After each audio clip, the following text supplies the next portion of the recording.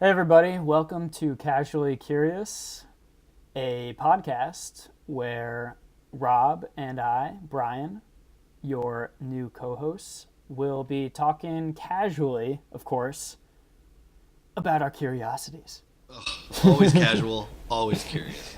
And wherever those curiosities might lead us,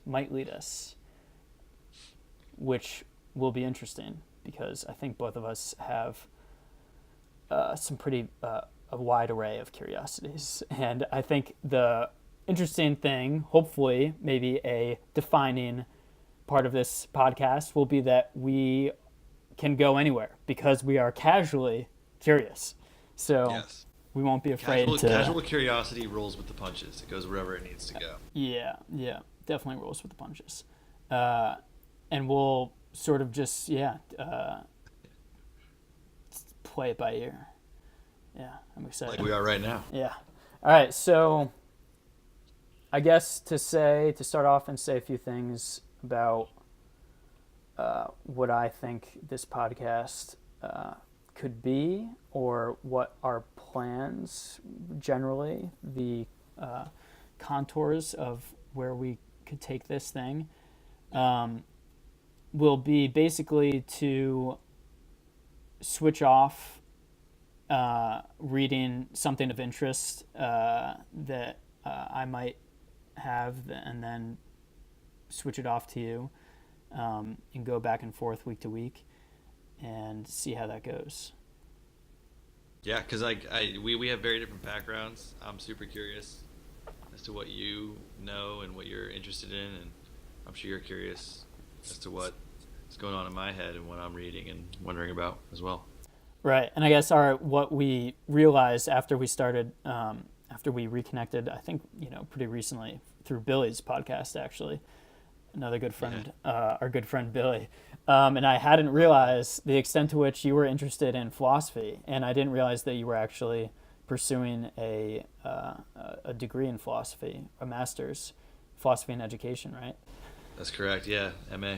And I was really excited about that because I think we had always connected on some level. I always For sort sure. of recognized that you were, curious by nature and definitely into, uh, you know, foraying into sort of philosophical territory, whether or not it was explicitly philosophical or not, or philosophical in the more academic sense that, Absolutely, man. yeah, A curious person can sense another curious person, you know? yeah, definitely, And definitely, I remember, talking in another friend who basically is another connection of ours, Jack Grella. right. We were hanging out in his basement. I remember talking to you, and you were telling me about your theories of how long humans in our age are going to be able to live, Right, right. and all these crazy. Little Aubrey de Grey action going on there, which I'm sure we'll talk about at some point. Oh, He's a super eventually, yeah. fascinating guy. Only illusions tonight. Yeah, yeah. We can't dive deep into anything just yet. But Right. yeah, man, we knew that we both had similar interests, and I'm glad that we reconnected and agreed upon this idea to talk about this stuff together. Yeah, this is going to be really, really cool. Because we also, okay, so casually curious, I think we're going to, it'll be sort of quasi philosophical stuff since you're in school right now for philosophy. I majored in philosophy at school. Unfortunately, am not currently getting any masters or PhD or anything. Who knows? Maybe one day. Future's open, man. I We're do young. I do love it. But right now, I'm sort of just self-educating on the topics, and it'll be fun because I think we can straddle that line between philosophy and obviously philosophy sort of spills out into all sorts of different subjects, but I come at it from an angle of some popular science slash popular technological theories. I'm sort of active in the entrepreneurial space. That's what I'm doing right now. And so that definitely informs my perspective. And I think that's sort of, it's not strictly philosophical in the academic sense, but there are lots of very influential and interesting thinkers in that space that I think perhaps other more academically minded philosophy podcasts don't really get into that sort of thing, which could be fun.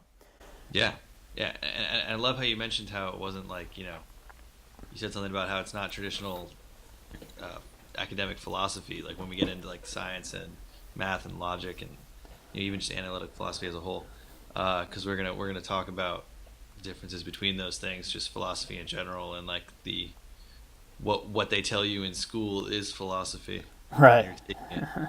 Yeah. Tell me about Uh, it. but yeah, that being said, you mentioned your background. I have read way more continental philosophy. For those of you who don't know what that means, it's like lot of metaphysics, a lot of existentialism, a lot of hermeneutics, especially Right. in the last 150 years or so. So I'm hoping that I can elucidate some of those concepts for you, and you can teach me what the hell's going on with logic. Yeah. Yeah. The analytic tradition. Yeah. So that was definitely my what I was drawn to when I was studying at Stonehill College. And one of my favorite professors was the sole analytic philosopher in our department. So I get to It's know always him, one. got to know him pretty well. But okay, so the other thing is that I also want to definitely say,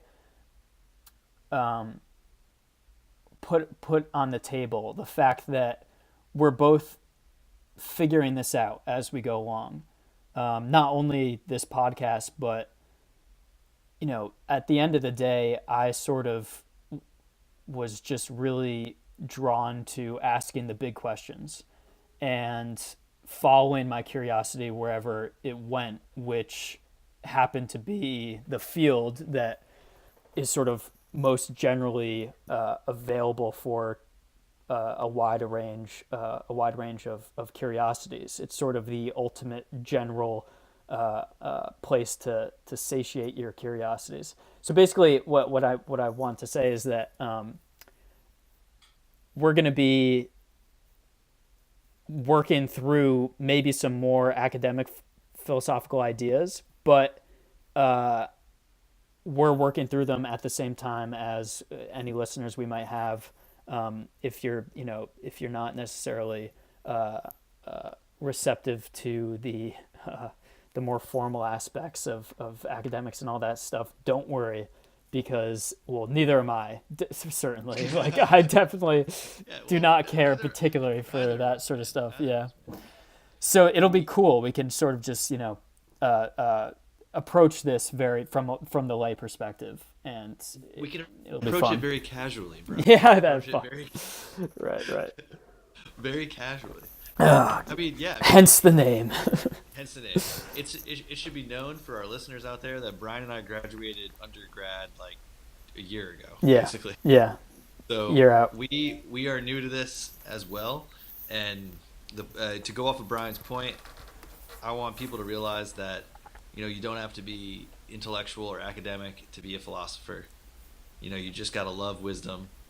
To go back to the meaning of that word, philosophia, you just gotta love thinking, love reflecting, and take a deep appreciation for the things around you, and start to question. And obviously, Brian and I will get into that a little more later, but we want to make it accessible to everyone because if we're struggling with it, you can too, but you can also take away so much from it as we have as well. So hopefully, we can make it a little easier to understand and more accessible for everyone out there. Yeah, yeah. It'll definitely be an unfolding struggle. It'll definitely be that.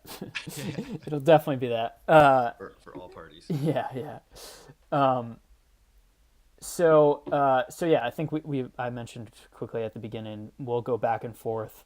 I think I have my perspective, you have your perspective, which means that I think it'll be cool to yeah tackle a text for each episode and to go back and forth, and you know there's tons. Fortunately, not all philosophers philosophize in book length, so we'll be able to grab articles. At least in the analytic tradition, there's many influential papers that are just that, they're papers. So no more Fortunately. than yeah, no more than Yeah. 20 to maybe upwards to 40 pages at the most. But Right. it's compact, big ideas in small doses. So it'll Yeah. be a very rich discussion. But also, if anyone wanted to follow along or anything like that. So that'll be interesting. And Yeah. yeah, Not to say there isn't an abundance of rambling in the field of philosophy, sure, sure. as we got some, that this book behind me here is a lot of rambling and talking, but a very very important rambling, Yeah, yeah. but definitely longer than Rambling. this. Longer, yeah, definitely rambling. We're even gonna look at an excerpt today as well, so that'll be exciting to get to that Yeah. So for after we introduce ourselves. yeah for okay. So sure. So how about you start us off with, um, I guess how you got into philosophy. Would love to. Yeah. Would love to, Brad. Yeah, I got into philosophy not until college, really. But growing up, I'm from Fairfield, Connecticut, same town as you, my friend, my fellow co-host here. I had Born great and teachers. raised. Born and raised in Fairfield, Connecticut. It's an interesting place. I'm sure we'll talk a lot about that because that's something I want to bring up as well as our upbringing there. But Yeah, not, definitely. not to hark too much on that. Right. Uh, I went to a nice high school and had a lot of great teachers. So I'm very thankful for my and grateful to my parents for that. Right. But it was my first exposure to like thinking beyond traditional subjects, right? Like thinking outside the classroom, which was great. I had like a social ethics class I took senior year, but then when I Oh, got to cool. Fordham University, where I graduated from undergrad, I took my first philosophy class, and my mind was blown. Everything changed, man. It was a game So changer. what kind of class was it? Was it It was intro and it was just a history, or was it something more specific? absolutely an intro class. It was called Philosophy of Human Nature, Okay. and the professor was Brock Schelling. Professor Schelling. Oh, Scheller. really? Brock Scheller. Oh, okay. He was a PhD student at Fordham, and I thought he was just watching him teach because he's like a young looking guy. I mean, he's only getting his PhD, and watching him speak and lecture and like take questions, I was just like, this is one of the most intelligent people I've ever seen in my life, Hmm. ever witnessed and been in a class with, and just to hear how much he knew, how easily he pulled facts out, how witty he was. It really helped get into the subject. 'Cause I'm sure everyone could attest that if there's a subject they enjoy, it's because they had at least one or two really good teachers Right. helping them through that subject or Yeah, I guiding can them through definitely it. attest to that. So I'm glad you asked that because I haven't thought about Brock in a while, and Mm. yeah, great teacher. Well, it's I call him funny. Brock now because he was such a recognizable first name. Well, it's funny because lots of sort of intro to philosophy classes turn off a lot of people, a lot of freshmen, because you're in there with everyone, and not everyone is necessarily predisposed to be interested in those sorts of philosophical questions. Yeah, And if you get a sort of dry intro class with a dry philosophy professor, I think lots of people who could have been more receptive might have been turned off, because that's just a tough environment to be surrounded with people who are making it more difficult to express your enthusiasm. Even if you're harboring sort of enthusiasm for those sorts of ideas, but the environment just isn't conducive to really exploring them in that setting. And I think I was lucky. My first philosophy professor was this guy, Professor Velasquez, and you could have, it was like he stepped out of a movie and into the classroom. I don't know, whatever you're imagining as a philosophy professor, that's him times 10. He was like this sort of, hopefully if he ever listens to this, he knows this is all very endearing. But he's sort of disheveled. He's got and I'm sure this is also sort of a conscious choice of wardrobe as well. He's always got like this disheveled look, these baggy pants. He's got this big belly. He's got this. I think he had like a goatee or something. Giant glasses, thick glasses, and the way he talked was sort of like. I feel like there's some movie where someone sort of like little like these short little spurts, and it's sort of this awkward oh thing where really? it's almost like not really saying anything but then saying something. And when you're trying to, I don't know, the times I've talked to him one on one, it's sort of you can just tell that his mind is somewhere else. So anyway, he was the sort of quintessential philosophy professor. But the ideas that he did, I think he did like Bergson's theory of laughter, and then he did like a theory of love, and it was very sort of they were philosophical ideas that aren't philosophical in the sense of you know, I don't know, or maybe actually more so in the sense that people think of philosophy as sort of just those weird, sort of outside of the scientific domain of inquiry, like a theory of laughter or something like that. So maybe it was sort of mainstream in that way. But anyway, it was a great time. He was making a ton of dead baby jokes and why we like dark humor and going into the philosophy of that and Really trying to grab the freshman there. right, and it worked, and so here I'll throw it back to you, and then maybe I'll go back into why I think I was more receptive to it. Yeah, Yeah, absolutely. Though I'm happy to know that we both had positive first philosophy college course experiences. yeah, Because, like you were saying, it might be a tough environment to get enthused about it. But at the same time, in college, it's just like, yeah, if you don't care about it, whatever, man. I'm like, this guy's amazing. This guy's saying is amazing. So it definitely didn't hinder my experience at all. Even though I know there's people in that class who didn't want to be there. right. But maybe they'll become curious later in life. But Yeah, it wasn't during that let's course. hope. So yeah, after taking that course, Bri, philosophy, I thought of it as you also had an analogy you mentioned before we started this podcast, but for me, being a musician, I have to relate it to that. And philosophy for me was like the musical improv, right? Improvisation of knowledge. It was just like everyone was going off of each other. Every theory plays off of another. Right. You know, you won't be taken seriously if you come up with a theory that you think is totally your own, and someone wrote about it 1,000 years before.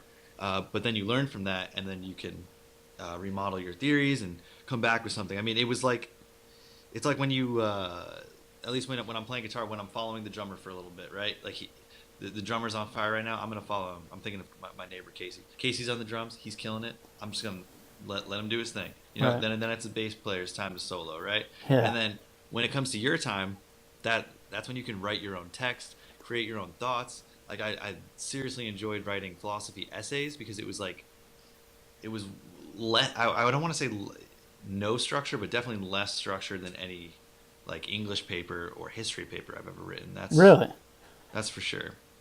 I Yeah, would say I felt the like opposite actually. So it, that's interesting. So once you're done, I'll get into that. maybe for English you have a little more freedom with that. Yeah. In philosophy, you kind of have to stick to a thesis, right? You have to stick to a point more than anything. Right. And that could It, also be the analytic versus continental traditions sort of it manifest in could be. there. Yeah, It could be. it's And possible. it could also just be my experience in my high school. My Right. high school might have driven like some procedural essay Sure, writing. sure. Right. Yeah. And then again, we're talking about one of my first classes in college. So, take that with a grain of salt. Right, right. Makes But sense. seriously enjoyed writing my own papers and putting my own thoughts out there. Where I felt like I didn't have to just explain someone else's thought. I could invoke my own ideas Right. when it came to explaining the thought. Sure. I thought and that felt kind of new for me. It felt like I was playing along with everyone in history who has come up with a theory, which actually I have to mention this because I just said that Christopher Higgins writes a lot about this. He considers education like the ongoing conversation, Right. and teachers are the facilitators of that historical conversation that we're having. And like you're teaching kids about ancient Greece and Native Americans and ancient Asia and Western Europe and all this stuff. Right. You are connecting them with the past and in that Yeah. sort of way. So anyway, that's just getting into how passionate I am about education in general and how important philosophy is with education, which is a decent segue into my current studies right now. I'm getting a master's in philosophy and education, this cool program at Teachers College at Columbia University, and I'm loving this program so far because it's just I'm surrounded with people who love to talk and think about philosophy and just also respect education and the profession of being a teacher to the utmost degree. So I'm enjoying that right now, man. I love learning. I love academics. I just hope If I can get one thing out of this podcast, if I can make one person realize that they also love thinking about these things and are actually curious about these things, and they can not be afraid of that curiosity, then we have succeeded in my mind. Oh yeah, we're totally and completely aligned in Yeah. that goal for the podcast. But yeah, I think it's necessary to stress the fact that I am a teacher, so that's my background. I'm a Right. teacher and I'm studying at a teacher's college, philosophy and education. I majored in business, by the way, for the listeners out there.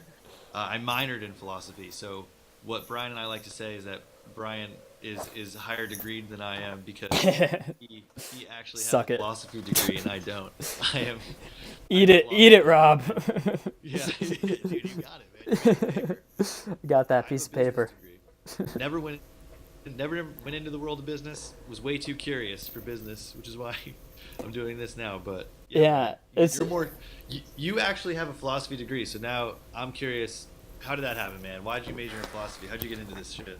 well, so this actually works perfectly to play off your point, which is that I found it to be the exact opposite of my experience in English class, specifically English class. So I always enjoyed English class more than anything else in high school. And we didn't have any philosophy classes in high school available, which is, I think, extremely disappointing. But what I liked about English was that it was a forum for me to be creative. Definitely creative within the confines of whatever the story was that we were, reading and discussing. But Right. it was somewhere where you talk and you engage with others. And I always thought that I had an aptitude to making sort of original connections, illusions, premonitions, all those, or not premonitions, all those sort of literary things. I thought I was pretty good at that. And then as soon as I took philosophy, the intro class at Stonehill, it it hit me and it dawned on me that this is English, but you can be right and someone else can be wrong. So to me, English was the teacher was always sort of, every interpretation is equally as valid of the text. And everyone's going around sharing their interpretation. Yeah, And if the totally. person next to me makes some half-assed, just terrible sort of, glossary summarization of what the text actually said as opposed to engaging with it, I was sort of seen as on equal footing with that person, and I hated that about English. All of a sudden, philosophy was about backing up your arguments.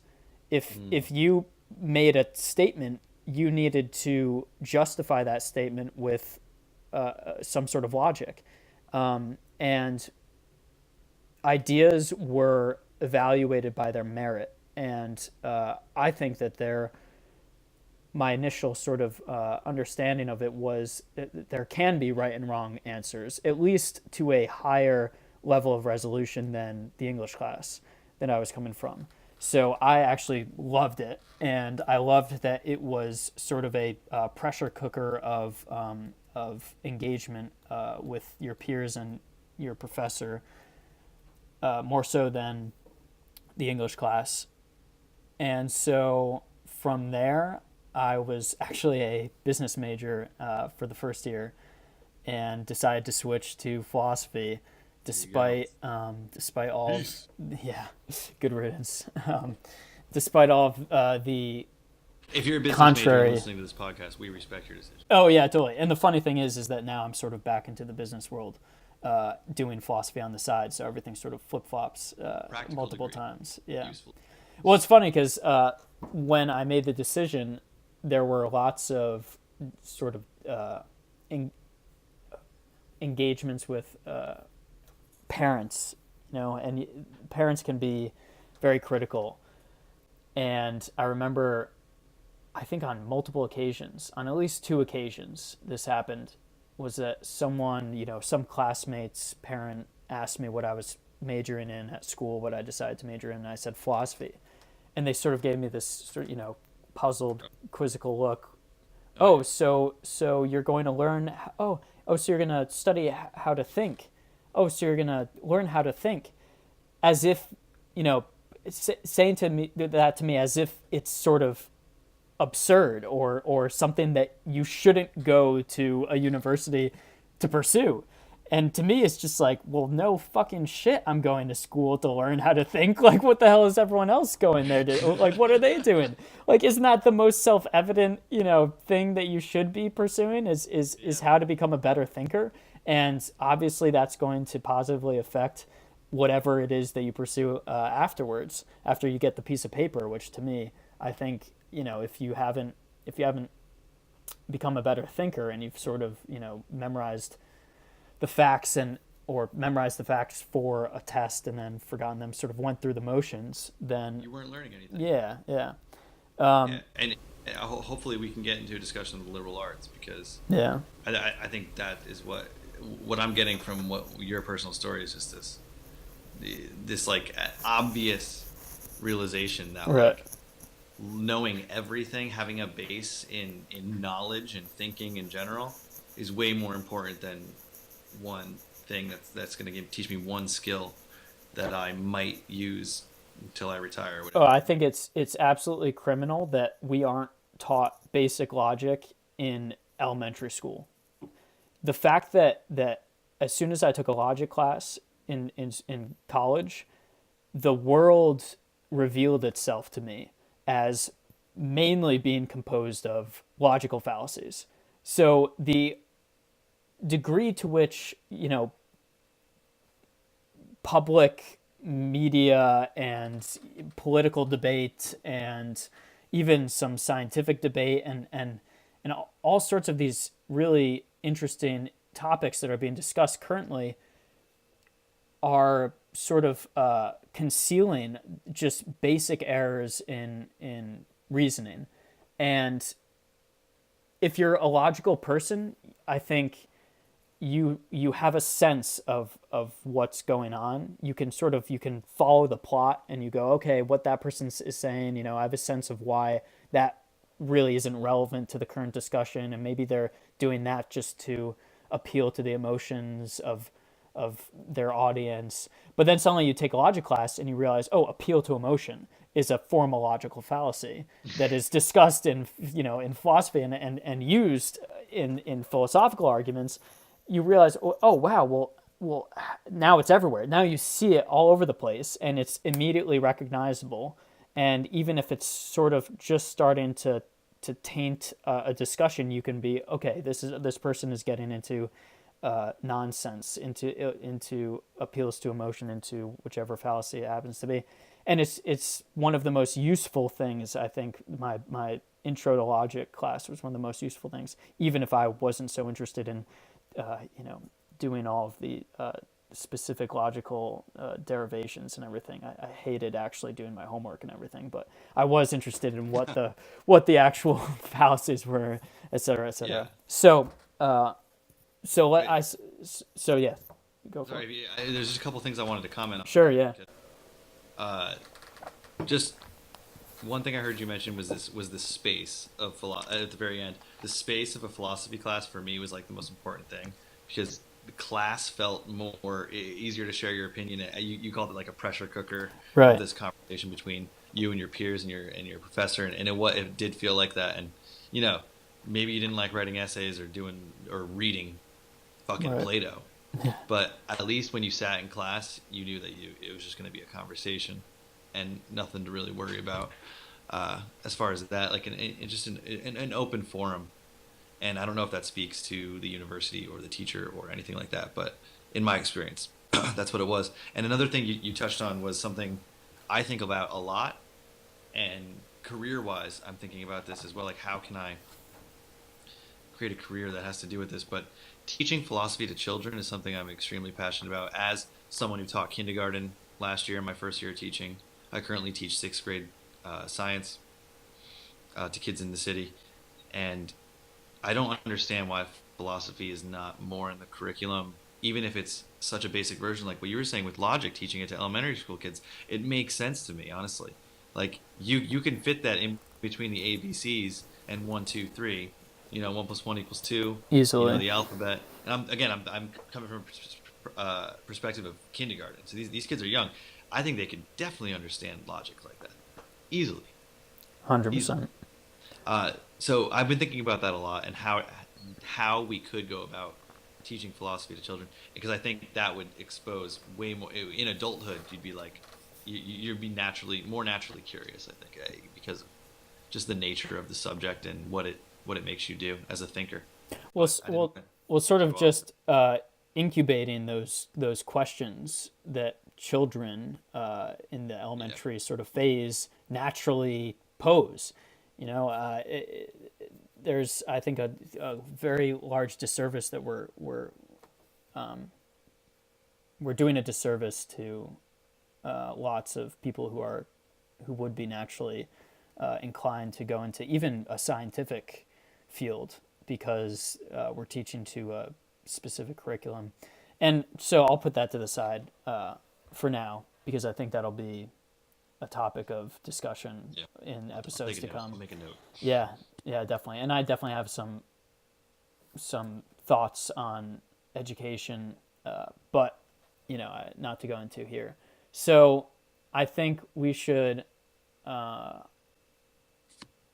that we've sort of articulated how we got into philosophy, we should go into what we think philosophy is. And I think this will be cool because so much of the time I forget where I was when I was first discovering things about philosophy, sort of when it all started to fit into place.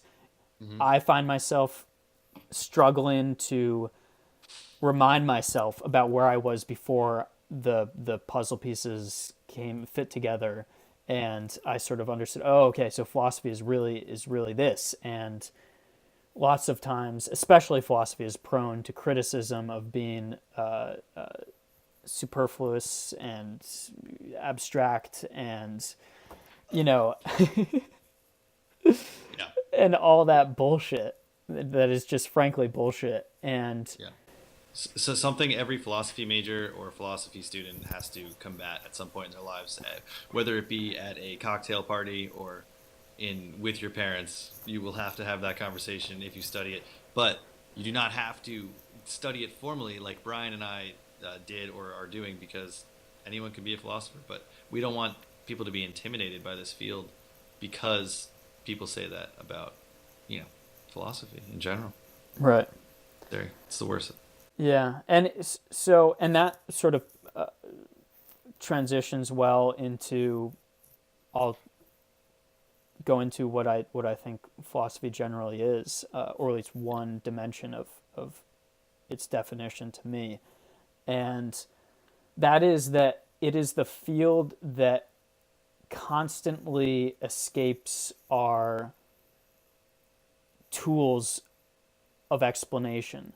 So there are certain concepts that are so difficult to define, and that's not to say that they are undefinable in principle, but just the fact that they are extremely difficult phenomena Yeah. in the world that, because they escape precise definition, are suddenly delegated to the field of philosophy.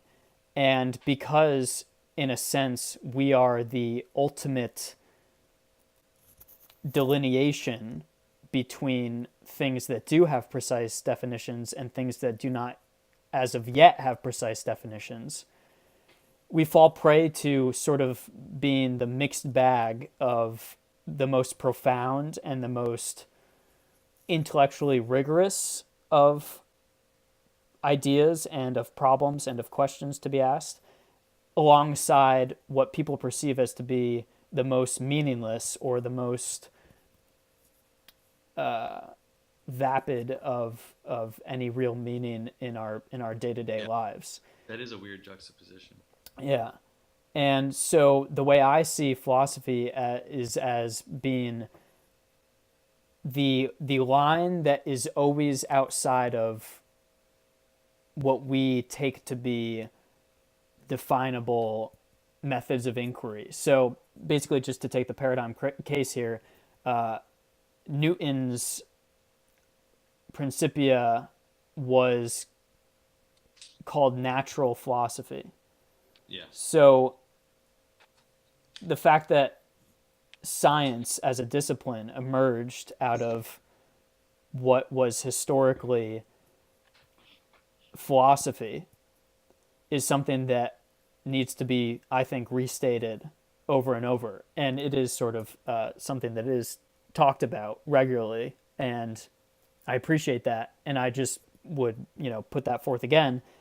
We have to remember that the sciences themselves are a consequence of philosophical inquiry and philosophical inquiry that was successful. So as soon as these things called motion and force and mass and gravity, these things were the center of heated philosophical debates, and the debates were centered around the problem of defining what these things actually were. And Newton was able to come up with some distillation of these phenomena that were subject to precise mathematical, empirical definitions. And because of that, we call it science. And because of that, Yeah. we give it this respect. And Laws. right. Right? And we Laws. and we have to just remember that all of science, or I would say all of science, since it spawned from that process, was at one point this imprecise and struggling field that is philosophy. And more generally, philosophy is just this love of wisdom, but also this search for truth. And necessarily that is going to maybe not necessarily in the technical sense. It's always going to be outside of the scope of these other things. Right. Yeah. And you make a beautiful point that I've always thought about, because what do you think of when you hear Aristotle, Brian? Oh, the founder of science, actually.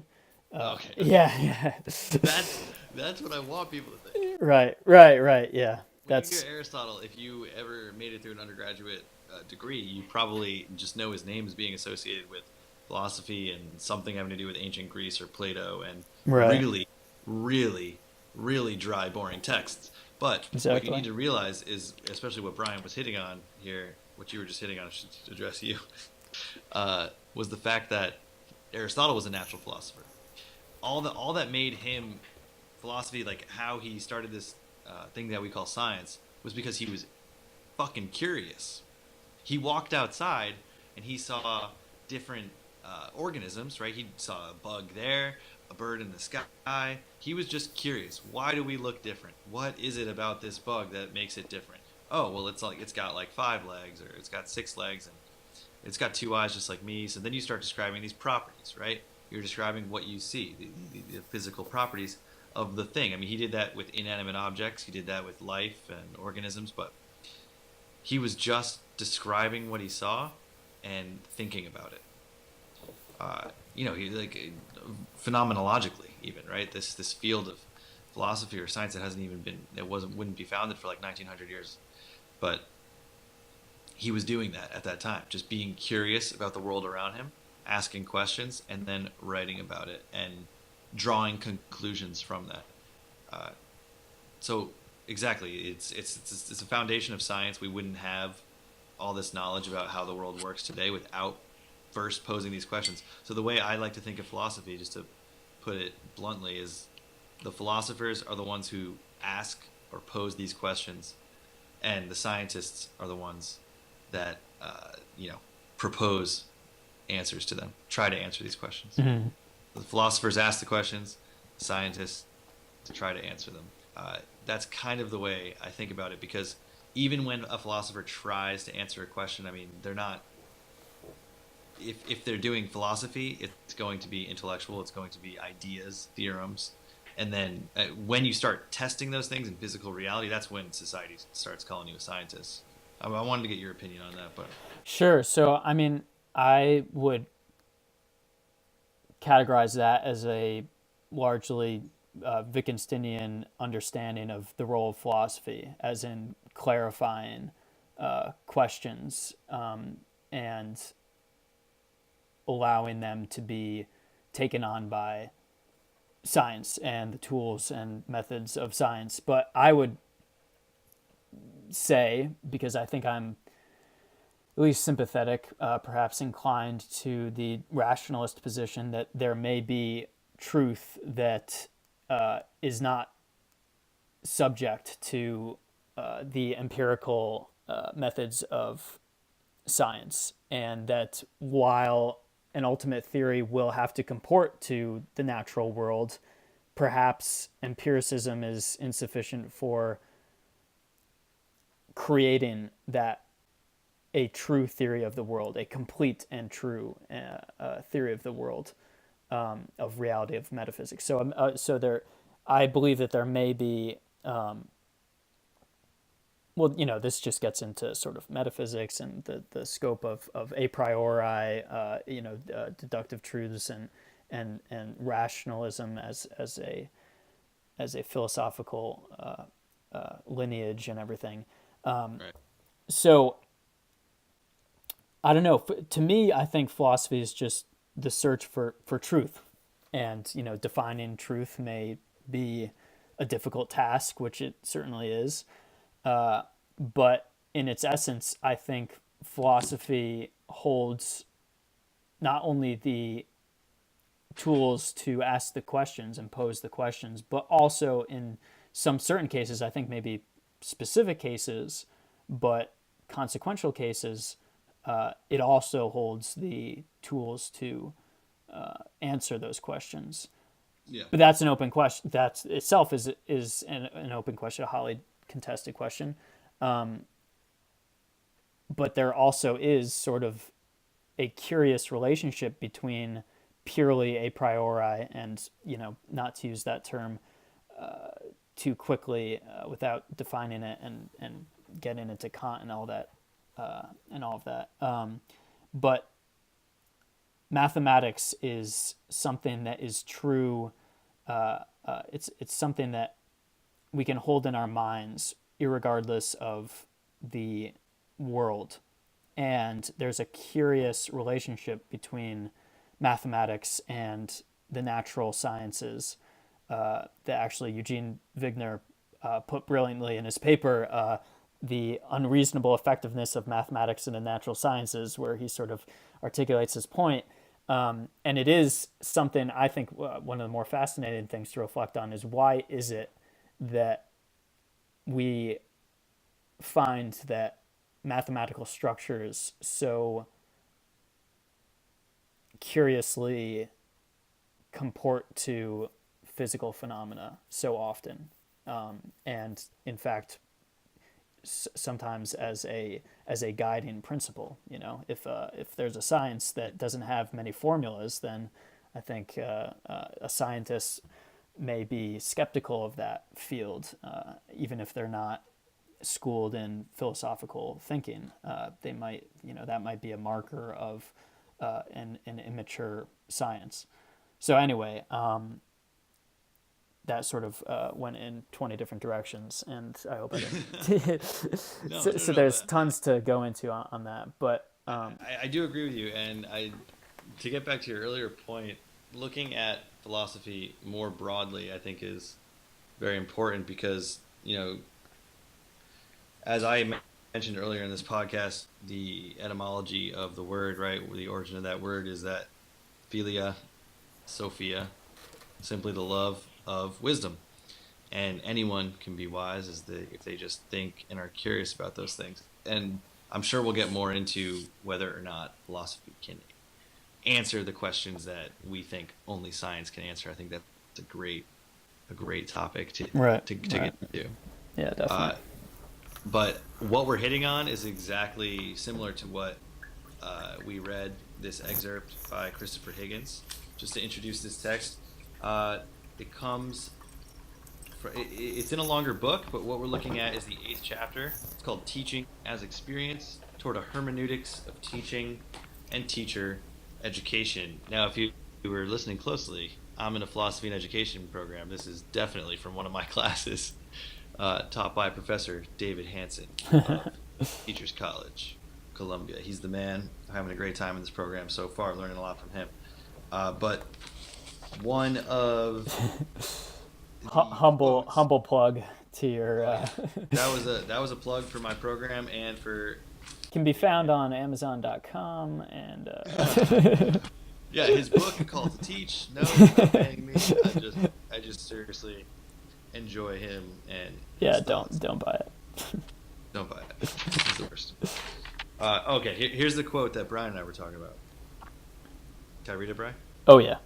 I'm gonna start from the Thoreau quote too. Oh sure. So this is Higgins quoting Thoreau. I quote: "There are nowadays professors of philosophy, but not philosophers." Thoreau once quipped, and while this is overstated for emphasis, it contains a kernel of truth. This is a good start, interrupting our tendency to equate philosophy with the modern scholarly discipline by that name. But how shall we name the broader enterprise? And then, of course, he continues and goes into another quote. But I think that hits on exactly what Brian and I are talking about with the broader versus narrower definitions of philosophy. At least trying to get more of our listeners to think about these things. The narrower definition is what you think of when you think of the academia behind it all, and taking a class and professors telling you, at least is in a general sense, telling you how to study, which texts to study is a very important part of that, right? Like if it's not on the college curriculum, it's not in a philosophical text, might be a misconception. But then there's this broader notion of just questioning, which is Higgins' thesis here, is that philosophers love the questions themselves, and philosophy is an ongoing conversation in that sense. Right. That quote specifically, there are nowadays professors of philosophy, but not philosophers. Thoreau once quipped. I love that. Yeah. Not based on any tactile experience with it. I'm not in academia or anything, but it seems as though it could be argued that we are in a certain state of philosophical turmoil, sort of spinning the wheels but not going anywhere. And it could be due to lots of things, perhaps the structure of tenure and how things are cited in journals and peer review and all sorts of things, politics that get into all that bullshit, man. Right. Real philosophers are maybe in short supply, and that of course goes into how are we supposed to ever even know who a real philosopher, a great philosopher is when we are sort of swimming in when we are fish and it's the sea. I think we mentioned that sometime too. It's like the water we're swimming in is the current philosophical state of the field. So identifying great philosophers might be more difficult unless it's something like a Saul Kripke, who sort of demonstrates his brilliance very evidently, which quickly takes over a field. I guess I'll just jump to one of the quotes here that I thought that I really loved. The modern domain of philosophical questions is simply that which was not taken over by other disciplines. Philosophy is the discipline that takes on the questions that seem too big, too normative, or too stubbornly non-empirical for other disciplines. So I thought that was actually a great way. That was exactly sort of in line with how I was trying to articulate the idea of philosophy being this domain which is always outside of that which we are sort of comfortable enough to call a discipline in this case. The modern domain of philosophical questions is simply that which was not taken over by other disciplines. So, taken over as in systematized to the extent in which a science is born, perhaps, or a discipline is born, where they come up with their own vernacular and their own language and jargon and tools for inquiry and methodologies and et cetera, et cetera. And I think it's a great way of thinking about philosophy because, and this is something I think that is really important, in all other domains, in all other areas of life, there's a common maxim, which is to always understand the context of something that you're talking about. Speaking without knowing context is speaking from ignorance.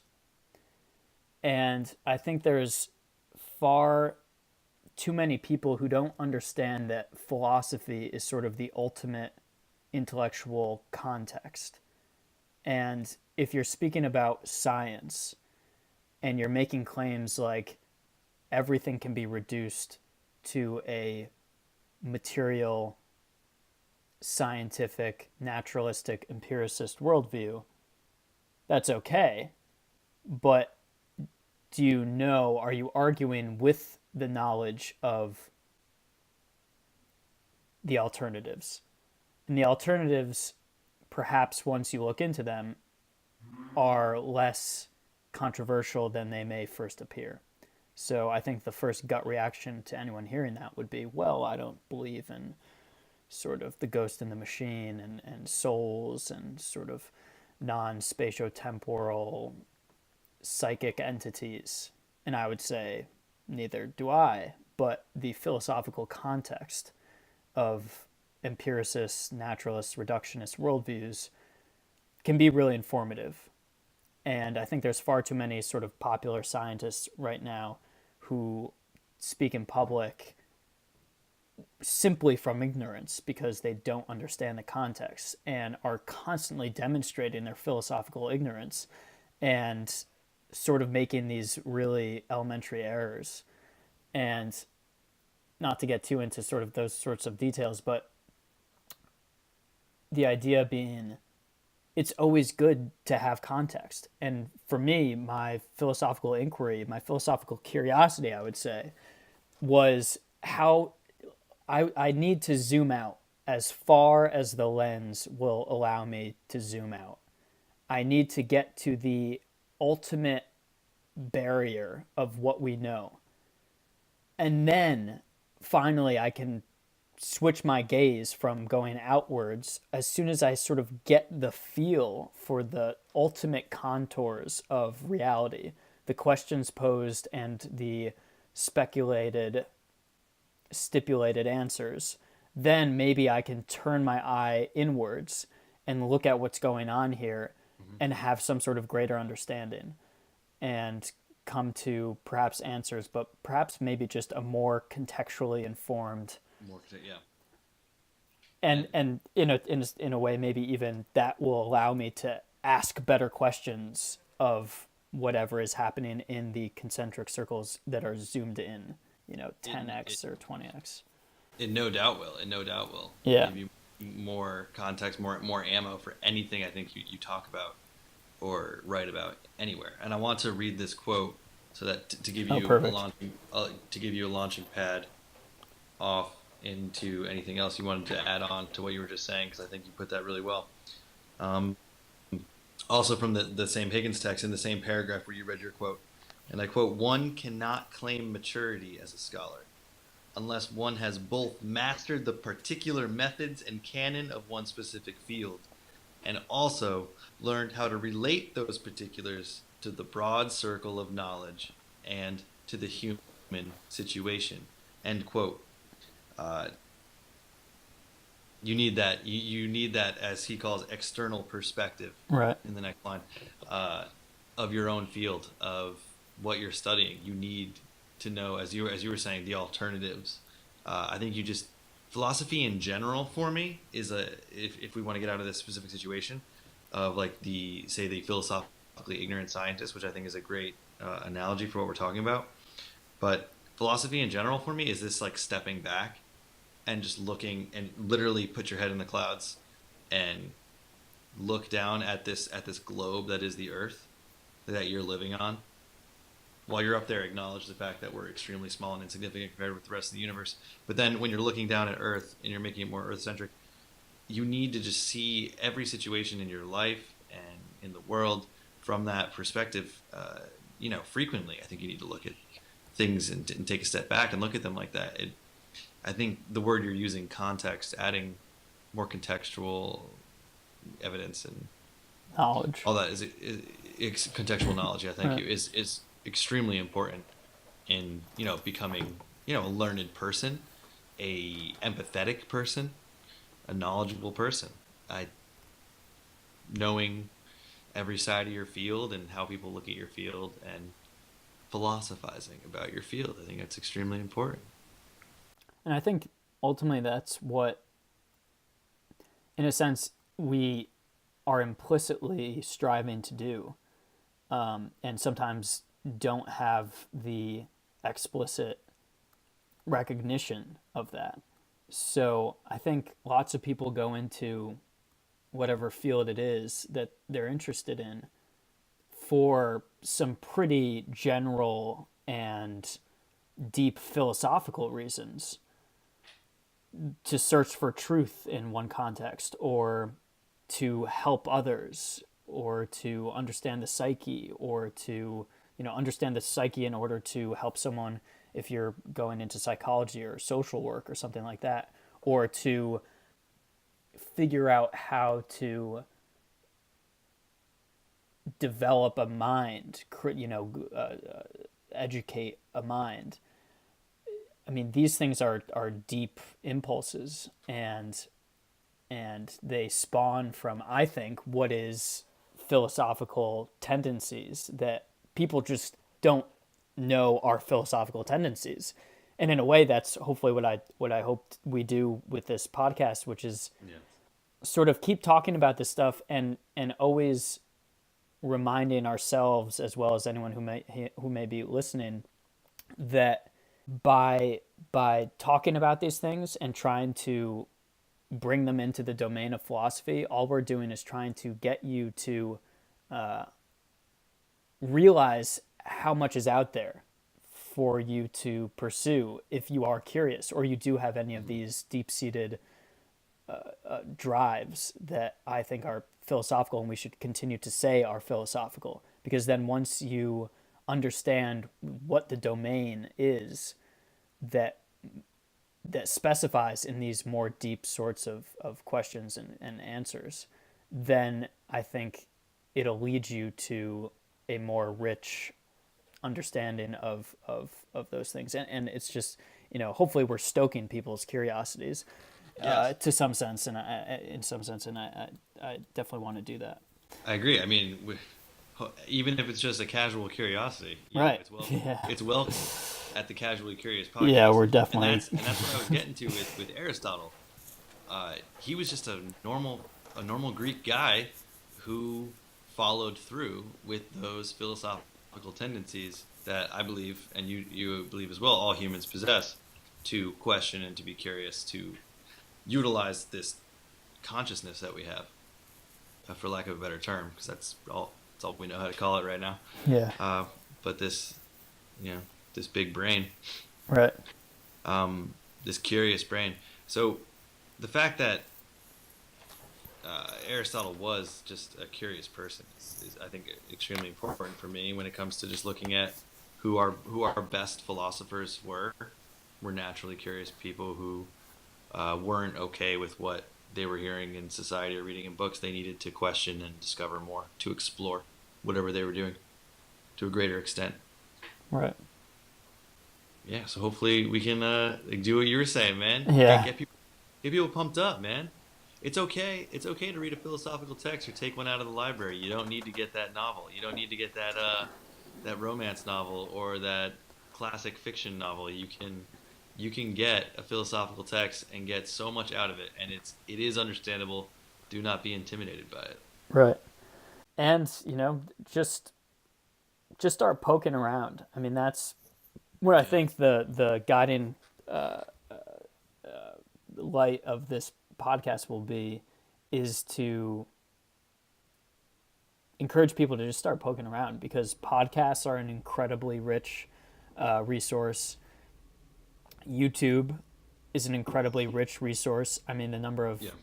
philosophers and scientists and intellectual discussions, and also Educators are on all over there. right, and really entertaining stuff is out there, and very informative stuff, and just start poking around. And to me, that was sort of the tipping point, was viewing philosophy when I was at school as this strictly academic discipline, and this institutionalized and bureaucratic and standardized, and all of that.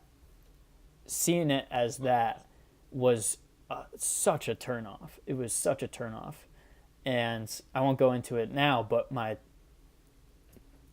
come to Jesus moment in terms of sort of philosophy, and really sort of being genuinely interested in this sort of stuff wasn't prompted in the classroom. It was, well, it was related to classroom work. I was looking up resources for a paper, and then I stumbled upon this article that led me to a book, and then once I read that, just threw me head first into all sorts of stuff. And I think it's just a matter of it was a function of my searching for some sort of resource, some sort of answer.